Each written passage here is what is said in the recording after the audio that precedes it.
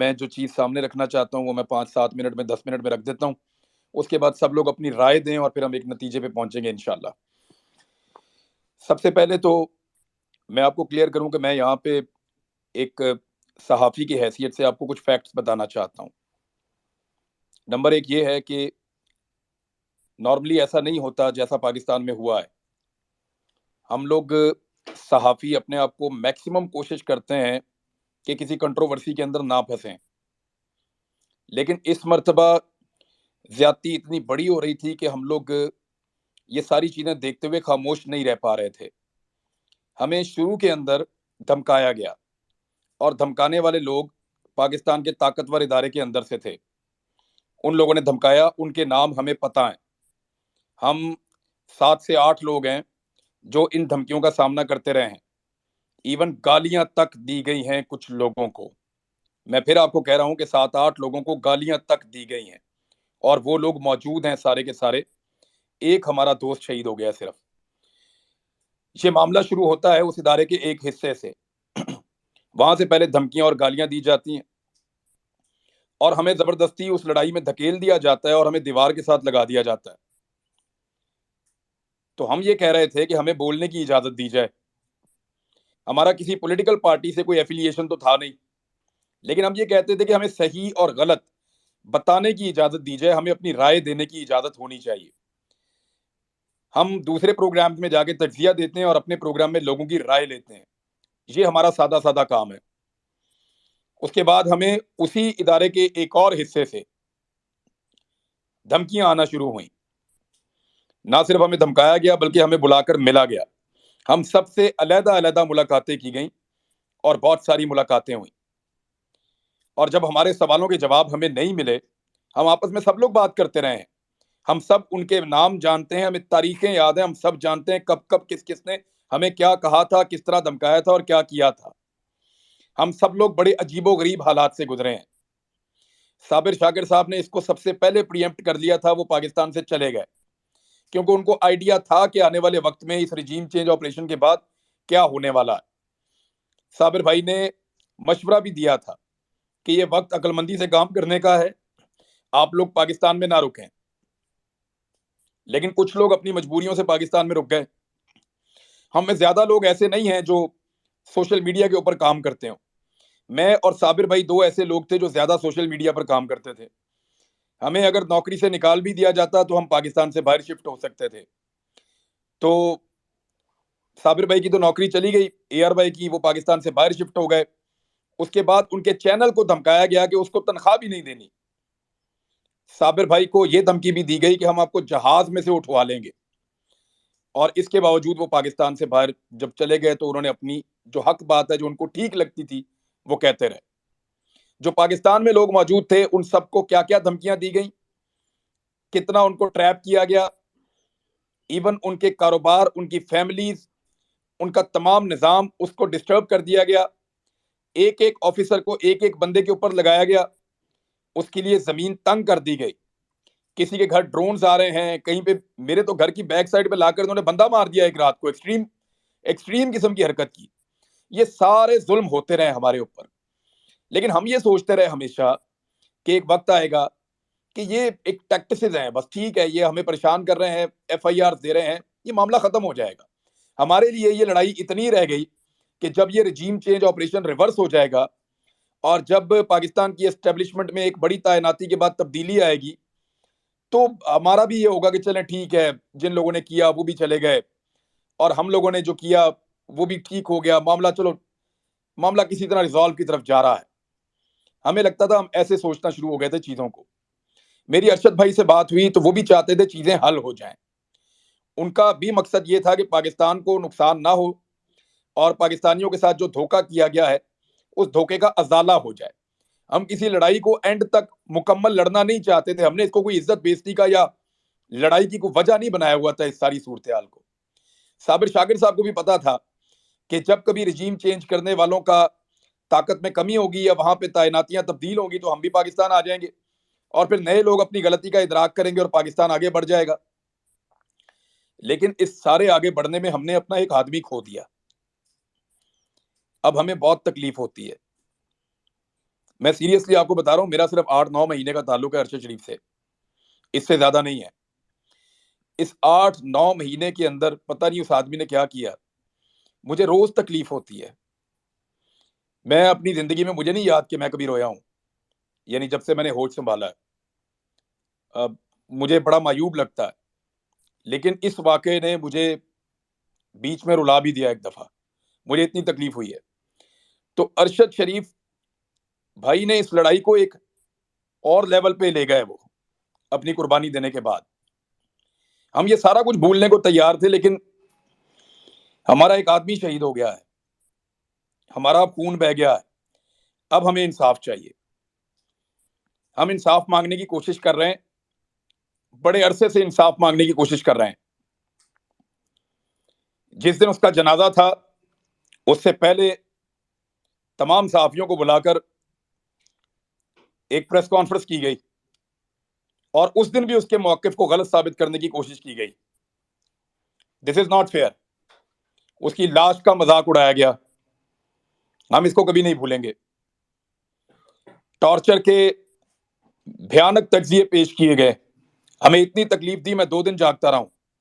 جس کو میں فون کرتا تھا، میرے دوست وہ رو رہے ہوتے تھے کہ یار اتنا ٹارچر کیا ارشد شریف پہ۔ میری ان سے وہ بہت زیادہ بات نہیں ہوتی تھی، لیکن دل کے بہت قریب تھا۔ جب میں گرفتار تھا، یہاں پہ جویریہ بھابی موجود ہیں، ان سے پوچھیے گا، ارشد بھائی نے ٹک ٹاک بنانا سیکھا صرف اس لیے کہ عمران ریاض گرفتار ہے، میں ویڈیوز بنا کر اس پہ ڈالوں گا۔ وہ آدمی ساری ساری رات جاگتا تھا۔ میں صرف ایک ہی چیز مجھے آرام نہیں کرنے دے رہی اس وقت سے، میں یہی سوچتا جا رہا ہوں کہ اگر میں مر جاتا اس لڑائی میں تو ارشد شریف کیا کرتا؟ وہ تو کبھی چین سے نہیں بیٹھتا، ارشد بھائی کبھی چین سے نہیں بیٹھتا۔ یہ چیز مجھے سکون نہیں لینے دے رہی، میں رات کو صحیح سے سو نہیں پا رہا، بہت تکلیف میں ہوں۔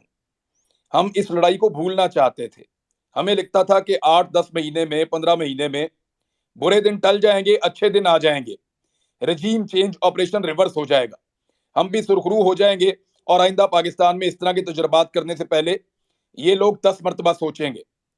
ہمیں تو اس لڑائی کا اختتام یہ لگتا تھا، کوئی ذاتی پرسنل چیزیں نہیں تھی، لیکن ہمارا بھائی مار دیا ہے۔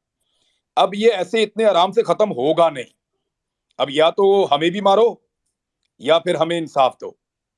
انصاف کے لیے ہم عدالتوں کے دروازے کھٹکھٹا رہے ہیں۔ ہم نے اس عدالت کا دروازہ کھٹکھٹایا ہے جس کا دروازہ ارشد بھائی نے اپنی زندگی میں کھٹکھٹایا تھا۔ اس کو بھی یقین تھا اس کو انصاف ملے گا تو عدالت سے ملے گا۔ ہمیں جسٹس اطہر من اللہ صاحب نے اسلام آباد میں پروٹیکشن دی تھی کہ گرفتار نہیں کیا جائے گا۔ مجھے جب ضمانت ملی تو عدلیہ سے ملی تھی کہ اس کے اوپر جھوٹے مقدمے، اس کو رہا کیا جائے۔ الٹیمیٹلی آپ کو ریلیف عدلیہ سے ملتا ہے، لیکن پاکستان میں عدلیہ کی جو صورتحال ہے وہ آپ کے سامنے ہے۔ یہاں بہت زیادہ دباؤ ہے اداروں کے اوپر، اسپیشلی پاکستان کی عدلیہ کو ہمیشہ دباؤ میں لینے کی کوشش کی جاتی رہی ہے، اور ہمیں ایسا لگتا ہے کہ ارشد بھائی کا خون جو ہے وہ کمپرومائز ہو رہا ہے۔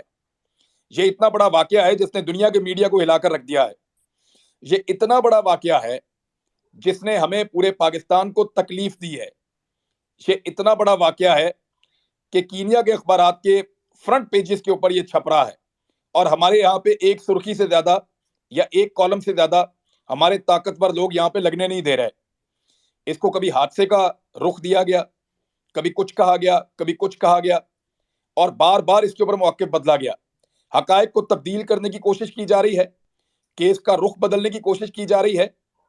میں اس کیس کے بارے میں، کینیا میں کیا ہوا اس کے بارے میں بات نہیں کر رہا، لیکن میں اور میرے ساتھی، اور وہ خود ابھی آپ کو بتائیں گے سب لوگ، ہم سارے گواہ ہیں کہ کس نے ہمیں تنگ کیا تھا، ہم سارے گواہ ہیں کہ کس نے ہم پہ FIRs کروائی تھی، ہم سارے گواہ ہیں کہ کس نے ہمیں گالیاں دی تھیں، ہم سارے گواہ ہیں کہ کس نے ہمیں دھمکیاں دی تھیں، ہم سارے گواہ ہیں کہ کس نے ہمارے اوپر پاکستان کی زمین تنگ کر دی تھی۔ ہمیں پتا ہے، ہم کبھی نہیں بتانا چاہتے تھے کیونکہ ہم سارے زندہ تھے۔ اب ہم میں ایک شہید ہے، ہماری ذمہ داری ہے کہ اس کو انصاف دلائیں، لہٰذا اب ہم بتائیں گے، لیکن کہاں بتائیں گے؟ کیا اس پلیٹ فارم کے اوپر نام لینا شروع کر دوں میں؟ کیا میں یہاں بولنا شروع ہو جاؤں؟ مجھے کوئی قانونی فورم چاہیے، ہمیں کوئی ایسا پلیٹ فارم چاہیے جہاں پہ ہم سب جائیں، اور جا کر اپنا اپنا بیان ریکارڈ کرا کے بتائیں کہ وہ کون تھا جو یہ ذلت اور رسوائی کی کہانی لکھ رہا تھا، وہ کون تھا جس نے ہمارے لیے زندگی کو تنگ کر دیا تھا۔ یہ سارا کچھ ہم کسی لیگل پلیٹ فارم پہ بتانا چاہتے ہیں جہاں پہ یہ ریکارڈ کا حصہ رہے، اس بات کا پتہ کروایا جائے کہ کون لوگ اس کے پیچھے تھے، تمام مدعیوں کے انٹرویو لیے جائیں، اور اس کے لیے ضروری ہے کہ سپریم کورٹ آف پاکستان کے چیف جسٹس ایک کمیشن بنائے، ایک کمیشن بنائے اپنے سرونگ ججز کی زیر نگرانی جو کام کرے، اور تمام لوگ اس کے اندر اپنے سٹیٹمنٹس جا کر جمع کروائیں، وہ اس کی رپورٹ مرتب کرے اور یہ سلسلہ ختم ہو۔ پاکستان کو مذاق بنا کے رکھ دیا ہے۔ اب ہمیں یا تو ارشد شریف کا قرض اتارنا ہے تو سب کو مل کر آگے بڑھنا پڑے گا۔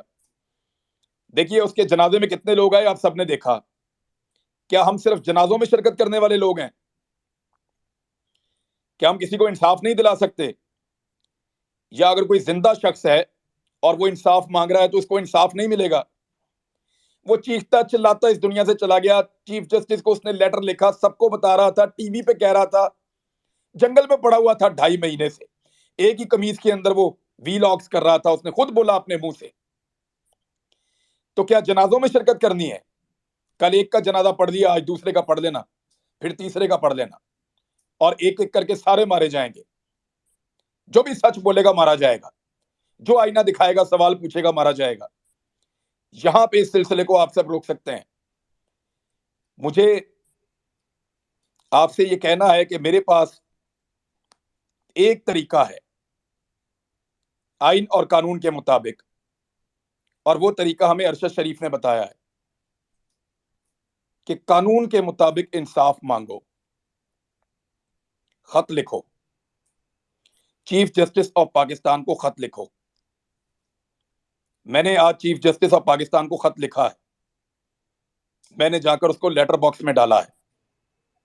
لکھو چیف جسٹس آف پاکستان کو خط، اپنا آئینی اور قانونی حق استعمال کرو۔ اتنے خط لکھو، اتنے خط لکھو کہ ورلڈ ریکارڈ بنا دو، پورا پاکستان خط لکھے، اوورسیز پاکستانی خط لکھیں، لاکھوں خط پہنچنے چاہیے سپریم کورٹ آف پاکستان میں روزانہ۔ آج شروع ہو جائیں، اگلے 10 دن تک خط لکھیں، روز خط لکھیں، سارے خط لکھیں، بچے لکھیں، خواتین لکھیں، بزرگ لکھیں، نوجوان لکھیں، سٹوڈنٹس لکھیں، مزدور لکھیں، تمام لوگ خط لکھو، لکھو خط اور بھجواؤ چیف جسٹس آف پاکستان کو، جھنجھوڑو اپنے ایوانوں کو، اور وہاں خط میں صرف چھوٹی سی ڈیمانڈ کریں اپنے الفاظ میں کہ ارشد شریف کو انصاف دلوائیے اور ایک انڈیپینڈنٹ جوڈیشل کمیشن بنوائیے جہاں پہ جا کر ہم تمام حقائق رکھیں۔ ہم یہ گھنونے حقائق قوم کے سامنے نہیں رکھنے چاہتے۔ کپڑے اتارنے کا شوق کسی اور کو ہوگا، ہمیں کسی کے کپڑے اتارنے کا یا کسی کو ذلیل کرنے کا شوق نہیں ہے۔